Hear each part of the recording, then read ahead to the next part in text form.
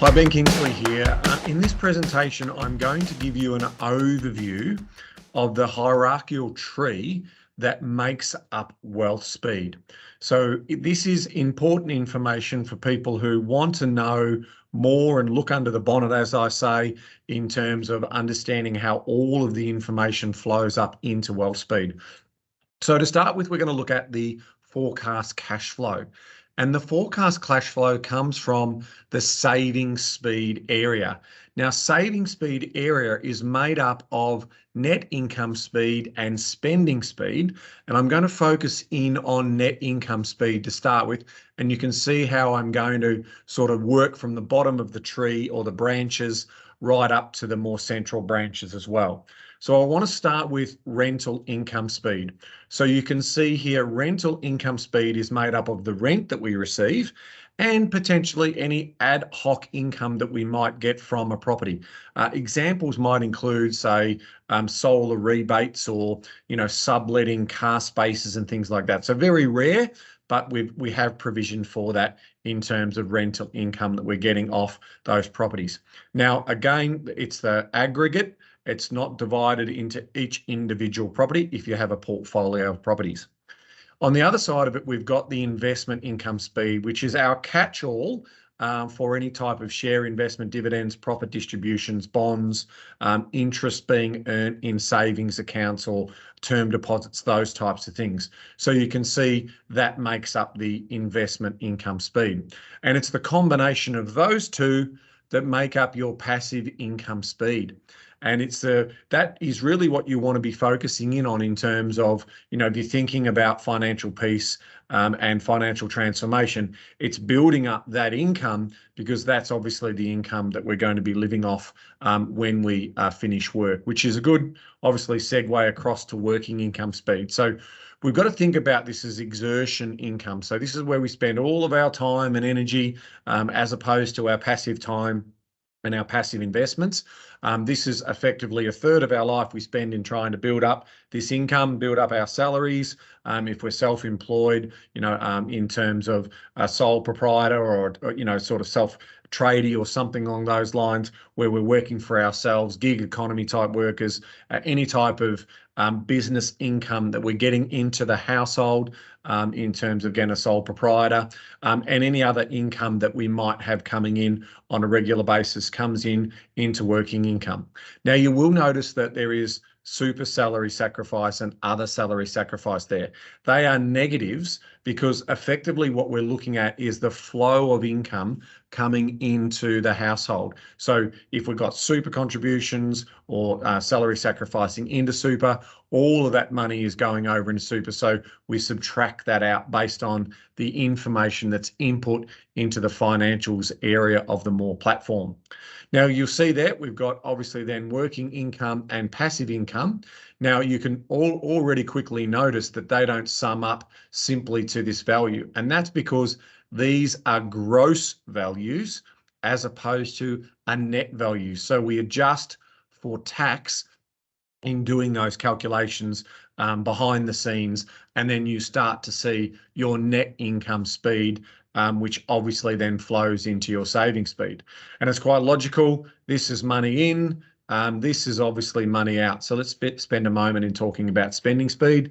So this is our bills, our spending, our loan repayments, any investment property costs that we might have, or other costs that might be incurred in other investment activities that we're also doing. So that sums up our spending speed. So, obviously a clear indication here is we want to get that spending speed rate down.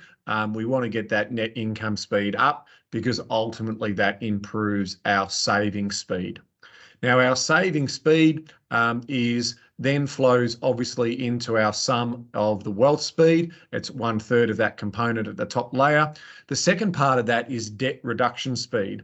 And the reason why this is positive for wealth speed is we're only focusing in on the principal loan repayments. So it sits in the middle of income and also has an impact technically on asset values, because what's happening here is we're choosing to pay down the principal of the mortgage. So using surplus cash to pay down principal of the mortgage. And so that adds value to the debt reduction speed. And of course, as we pay that principal down, effectively we're creating greater equity, and equity is obviously an asset value that's appreciating as well. So that's why we also have a debt reduction speed as one of the three core pillars of the overall wealth speed. Now, moving over to the projected asset value, this is a perfect time for me to talk about the fact that, again, this is an indication illustration tool. It's of course not exact. There are always, people are spending different amounts at different times. So it's a projection, and it's a projection over the next 12 months. So in giving you an example of that, if we had a $300,000 investment property and it grew by 5%, that's a $15,000 increase that we're anticipating based on capital growth projections that we would have put into the financials area of the More platform. And so that $15,000 would be broken down into an hourly rate. And so that's effectively how the calculation is working here. So asset speed is made up of your personal property value speed. And that obviously is any properties that you own that you've indicated in the platform as being for personal use. Then you've got your investment property value speed. And so that is obviously for the investment property or properties that is accumulating in its asset value. Then we've got the other investment value speed. So similar to the income that we were driving before, this is the share values, those companies growing in value through the shares and equities, or we might have managed funds, bonds. We can also potentially have exotics, stamps, those types of things that could also be added into the financials area. And if you put a capital appreciation value on those, that will start to show up here in terms of your other investment value speed. And of course, for those people who have businesses or even trusts, and there's goodwill in those, remembering that the whole idea of the More platform is we are only looking at the household. We are not looking at any type of business structure or any type of sophisticated structures that people might create wealth through. This is the money flowing into the actual household where you get to use it personally. And then finally, I've left this the last, is the super speed. Now, the super speed is slightly different to how we've broken up other investment value speed. And there's a good reason for that, because under the legislation, any earnings, which is not only the capital appreciation, but any income is actually trapped inside the super until we hit our retirement date, and then we obviously get access to that. So this is a combination of those total earnings. So you're talking about super balance earnings, you're talking about employee contributions, and any other sort of salary sacrifices that might be made into super as well, is all being collated and valued up inside that super speed. So slightly different because we're trapping the income story over here for any other income that's coming into the household. But of course, remember, that's not coming into the household in real time because it's obviously being trapped inside super. So what all of this brings us to understand is it's quite simple. The sum of those values sum up to the asset speed, and it's the sum of these three values that sum up to the wealth speed final calculation. Now, I mentioned it earlier, in these types of next generation financial insight tools, we are only looking at a moment in time, but the power of wealth speed is actually starting to make you think about your future pacing and sort of giving that and bringing that into a present context. It's not using compounding returns year on year on year. A full simulation type software will do that. This is not that. We're only looking at the projection for this 12-month period in terms of what that's going to do.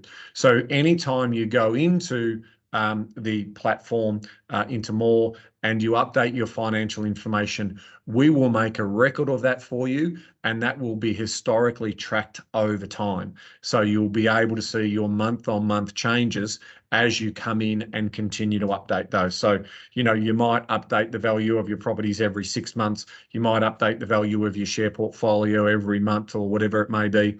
If you're making savings and deciding to reduce discretionary spending, that's another key indicator that will immediately reduce your spending speed. That will have a positive impact on your saving speed, and that will ultimately flow up into your wealth speed as well.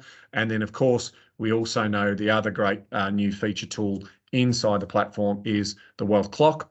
And that wealth clock will also, be that sort of odometer in terms of the momentum that you're building and the distance that you've traveled so far in terms of the wealth that you've currently built. So these two tools are very powerful in use together. There's also Wealth Tracker inside the platform, which will measure that net worth progress over time as well. So you really have a wealth of knowledge when it comes to, looking at your wealth projections in your wealth dashboard as part of the More platform. So that's a summary, a reminder. Again, everything that's being produced in here is based on inputs that you do. Be very careful about the projections that you may be stating in terms of the annual returns. It may inflate your numbers to a level that's probably incorrect. And remember, obviously, from our point of view, it's only for illustration purpose. It's not, shouldn't form any part of your investment decisions or advice. Any type of investment decision should be made in conjunction with a licensed professional advisor to look at what's best suiting your needs, which could also include your risk profile, future plans around cash flow impacts of starting families. All of that type of stuff needs to be considered. But, our goal is to highlight to you exactly the opportunity that might be in front of you, or to, in some cases, bring you into a behavioural change around, the future challenges that you might face unless you do something about it now in terms of improving your wealth speed and ultimately building wealthier tomorrow. So hopefully that's been of helpful insight to you. I hope you enjoy the tool. Get in there, check it out, have a play around, and hopefully, again, it inspires new behaviour, a change of attitude, and to ultimately take action to start focusing in on where you can make your wealth speed go faster, because the faster that wealth speed goes, the quicker you get to your financial peace destination. Thanks again for watching, and we'll have further videos and further tutorials to update and educate you on the whole concept of wealth speed in the future. Thanks again. Good luck with your financial journey, and remember, knowledge is empowering, but only if you act on it.